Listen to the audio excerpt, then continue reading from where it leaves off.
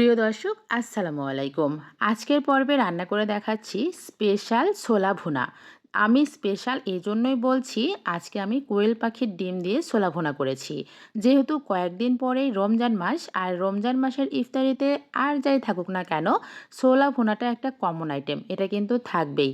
আমার recipe follow করে যদি একদিন বাসায় এভাবে ছোলা ভুনা করে সবাইকে খাওয়ান, সবাই অনেক বেশি প্রশংসা করবে। তো চলেন আর বকবক না করে চলে যাই ফুল রেসিপিতে। প্রথমে একটা কড়াইয়ের মধ্যে আমি দিয়ে দিচ্ছি পরিমাণ মতো তেল। আমি এখানে সয়াবিন তেল আর সরিষার তেল দুটোই ব্যবহার করেছি। আর তেলটা যখন হালকা গরম হয়ে গিয়েছে, এই পর্যায়ে সামান্য একটু হলুদের গুঁড়া আর সামান্য একটু লবণ দিয়ে এখন কোয়েল পাখির ডিমগুলো ভেজে নিচ্ছি। আমি ডিমগুলো আগেই অফলাইনে সেদ্ধ করে নিয়েছি।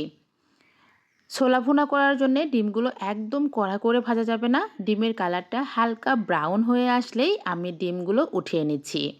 ঠিক এরকম করে ভেজে নিলাম। এরপরে ওই তেলের মধ্যেই দিয়ে দিয়েছি পেঁয়াজ কুচি। আমি পেঁয়াজগুলো কিমা করে নিয়েছি। পেঁয়াজ এখন কিছুক্ষণ ভেজে নিতে হবে, আর এই সময় চুলার হিটটা মিডিয়ামে রেখেছি। দিয়ে দিচ্ছি সামান্য একটু রসুন, জিরে আর আদা বাটা। তেলের মধ্যে এভাবে ভেজে নিলে এই আদা রসুন জিরার গন্ধটা চলে যাবে। দিয়ে দিচ্ছি সামান্য একটু পানি, যাতে পরবর্তীতে যে মশলাগুলো ব্যবহার করছি মশলাগুলো পুড়ে না যায়। আর দিয়ে দিচ্ছি একটা মাঝারি সাইজের টমেটো কুচি। হলুদের গুঁড়া, মরিচের গুঁড়া, জিরে গুঁড়া, ধনিয়া গুঁড়া, স্বাদমতো লবণ, আর দিয়ে দিয়েছি সামান্য একটু মরিচের গুঁড়া। এখন মশলাগুলো ভালো করে কষিয়ে নিতে হবে। আমি চেষ্টা করি টমেটো দিয়ে যে রান্নাই করতে টমেটোটাকে ভালো করে কষিয়ে নিতে। এখন দিয়ে দিচ্ছি সেদ্ধ করে রাখা ছোলা।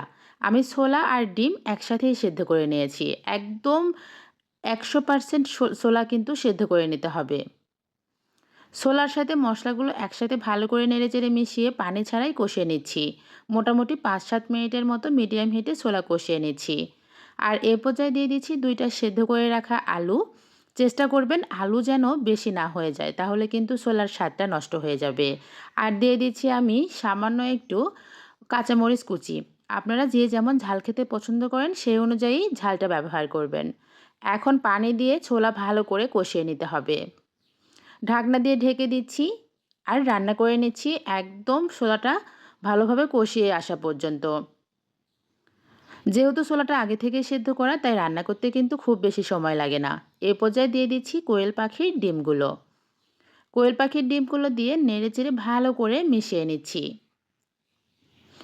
আর লাস্টে দিয়ে দিব আমি সামান্য একটু গরম মশলা, জিরে গুঁড়া। খুবই কম পরিমাণে ব্যবহার করতে হবে, এটার গন্ধটা যেন হালকা একটু ছড়ায়। বেশি দিলে কিন্তু ছোলা ভুনা খেতে ভালো লাগবে না। আর একদম পানিটা শুকিয়ে আসলেই ব্যাস ছোলা ভুনা রেডি। কোয়েল পাখির ডিম দিয়ে একদিন এভাবে ছোলা ভুনা করে খাবেন, এটা ভীষণ টেস্টি হয়, এটার ফ্লেভারটাই একদম আলাদা হয়। আমি সার্ভ করার আগে উপর দিয়ে একটু দিয়ে দিচ্ছি গাজর কুচি আর শসা কুচি। আর দিয়ে দিচ্ছি সামান্য একটু পেঁয়াজ কুচি। ব্যাস, এটা মুড়ি দিয়ে খেতেও যেমন ভালো লাগে, এমনি শুধু শুধুও কিন্তু খেতে ভীষণ টেস্টি হয়। অবশ্যই বাসায় একদিন এভাবে ছোলা ভুনা করবেন। আশা করছি ভালো লাগবে। সবাই ভালো থাকবেন। Thanks for watching.